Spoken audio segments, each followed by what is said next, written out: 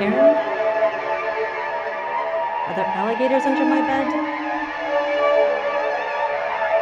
All clear, Kathy. The alligators are in your head.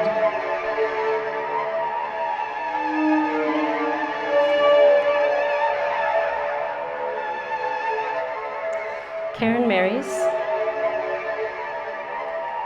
I'm left in my room alone.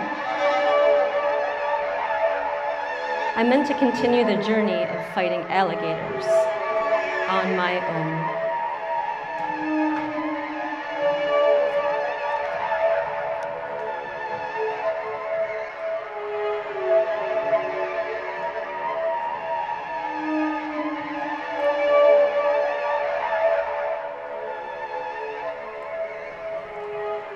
At first, I'm fine,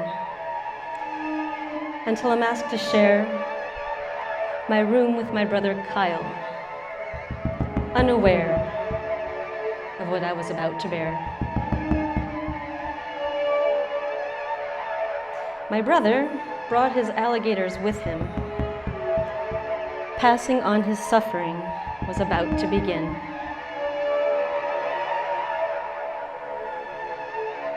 His alligators are in my bed now. No choice or voice for me. I must get them out somehow. I hide, I cover up, I stay out of the light. When the alligator visits me, I put up a fight. He threatens. I keep quiet.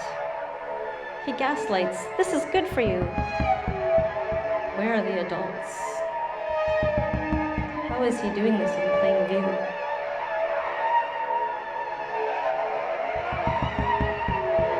Thank God, a girlfriend for him, so he no longer uses me. Alligators are still under my bed, still haunted me.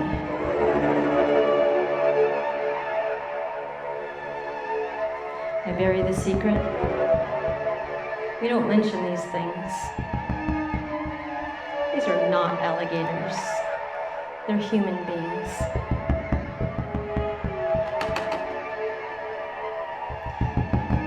Innocence lost. I'm not to blame. Memories haunt me.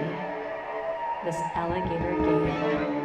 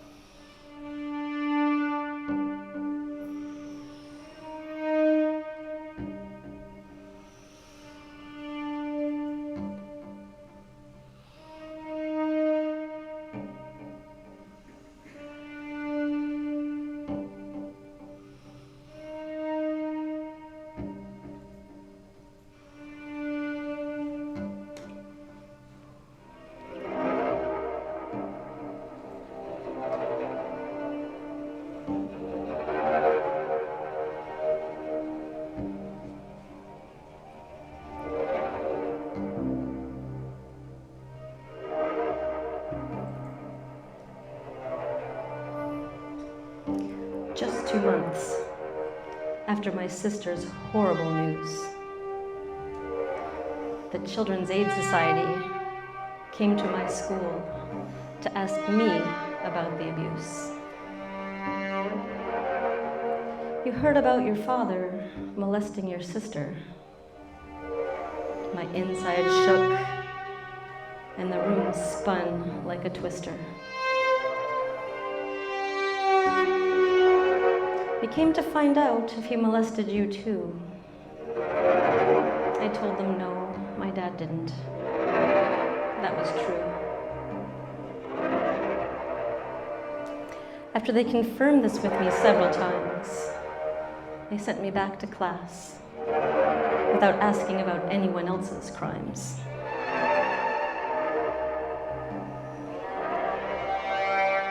My sister had been kicked out of the family. I knew if I outed my brother, they'd also disown me. I thought, I'm only 16. I don't want to be homeless. A wrecking ball struck me. I went into extreme distress. Survival kicked in. I had to find somewhere private. My legs were giving out. I was losing it. Not sure I'd survive it.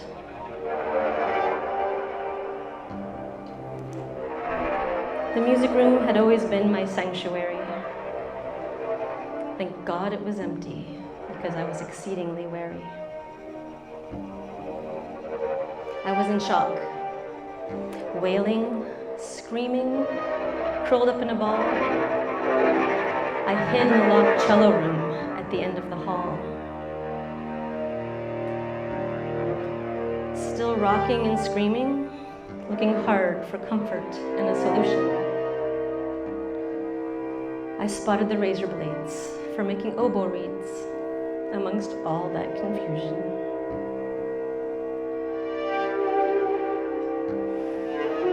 A flash thought of suicide did cross my mind. Keys unlocked the door. The music teacher's entrance, well timed. He said, I see that you're struggling. Would you like to chat? If not with me, someone else? And I said, Mrs. Whitaker. And that was that. He then picked up the box of razor blades and reeds and said, stay here, I'll go get her. And she returned at great speed.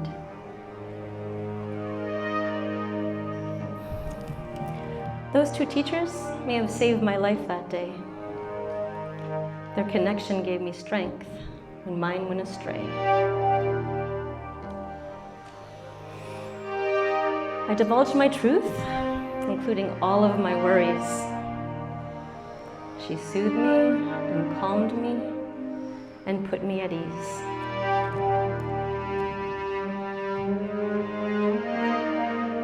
I won't let you be homeless. I'll be here by your side. Let's go together to chat with CAS. They'll help you decide. She offered me her hand to help me off the floor. I wasn't holding this alligator's secret alone anymore. Down the hallway we went with her arm around me to disclose to CAS my own alligator tragedy. They said, you're 16. You don't have to tell your parents. If you agree to go see this therapist. I drove myself home at the end of the day, not a word to anyone, even though my nervous system was frayed.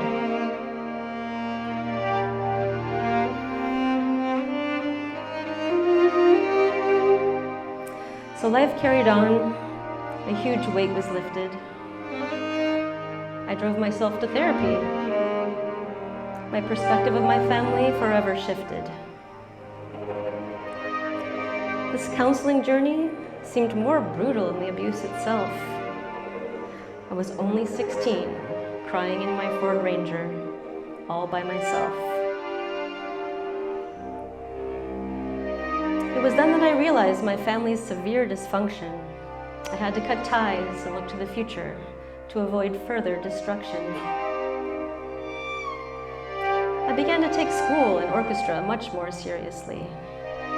University equaled freedom from my fucked up family.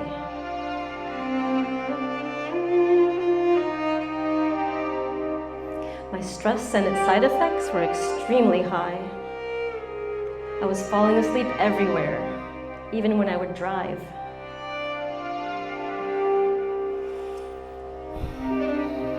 In my 10th and final therapy session, I wrote a letter to my brother. If I had the slightest suspicion of his baby girl's abuse, I'd call CAS and I'd tell her birth mother. They were moving to Kansas. This was my last chance. I followed him to the backyard and gave it to him.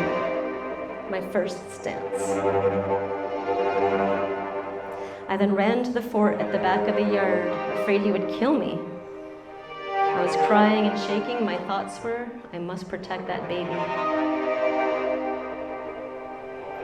Not a word was mentioned about that threatening note. 17 years later, I approached him again with a lump in my throat.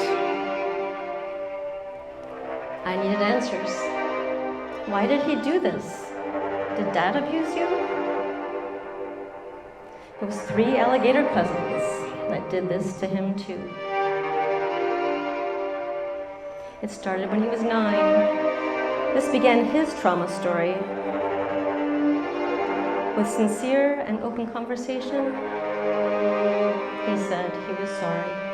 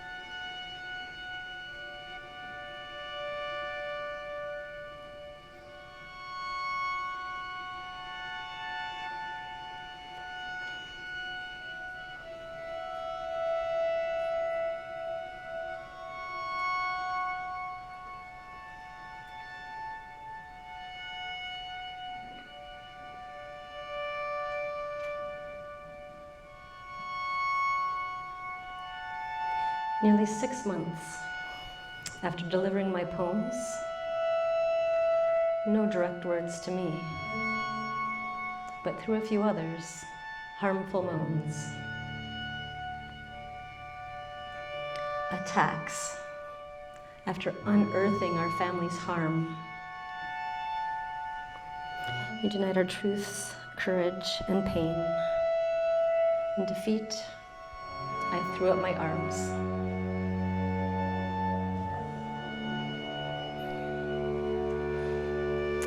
Initially, I was shattered at hearing the response first from my mother. She's trying to kill me. Words of validation or remorse she did not utter.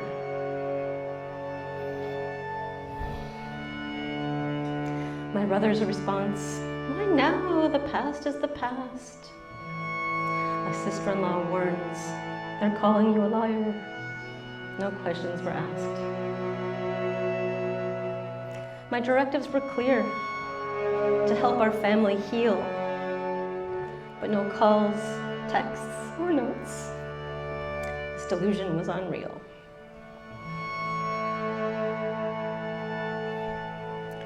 So many of us were abused, and our lives turned upside down.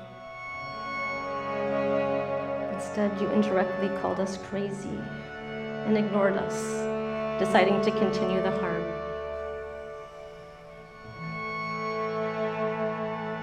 I have pruned you to make a strong statement. I know my value now, deserving much better an understatement.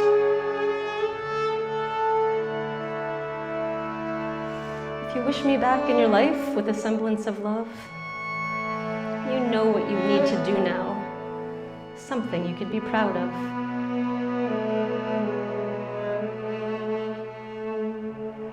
Until then, I've assembled my shattered debris and each colorful piece. I'm a stained glass window, rebuilt into a masterpiece.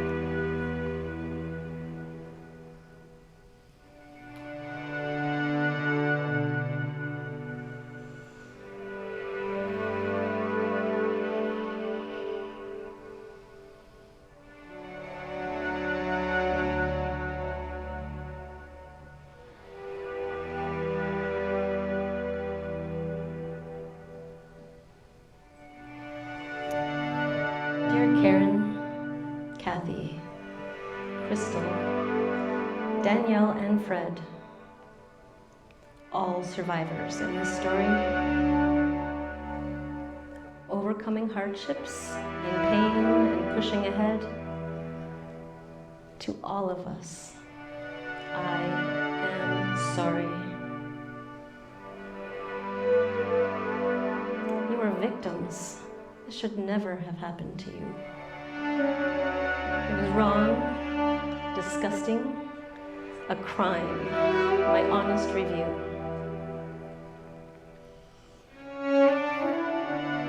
You are survivors, as you are still here and standing.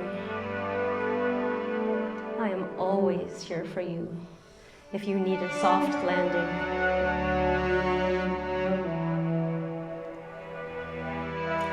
We will likely never receive the support that we deserve from our family.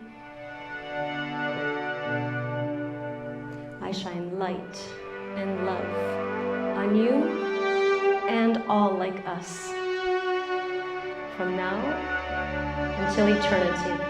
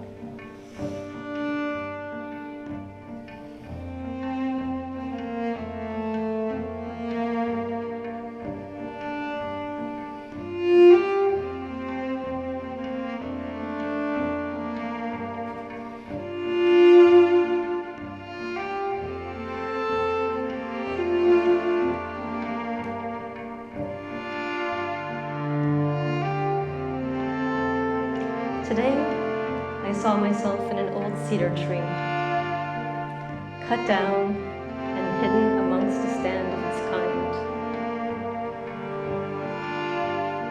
She was the most beautiful, although she was much more weathered than the rest.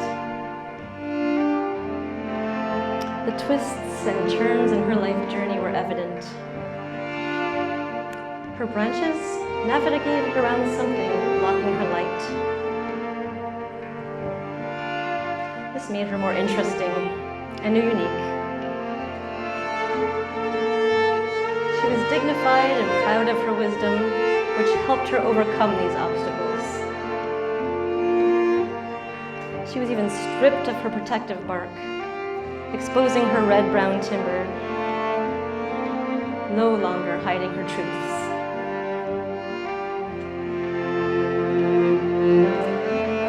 The younger straight-standing cedars in her grove all faced her in awe as they witnessed an elegance in her vulnerability. She provided them with hope of strength and resilience, sitting so gracefully on the snow.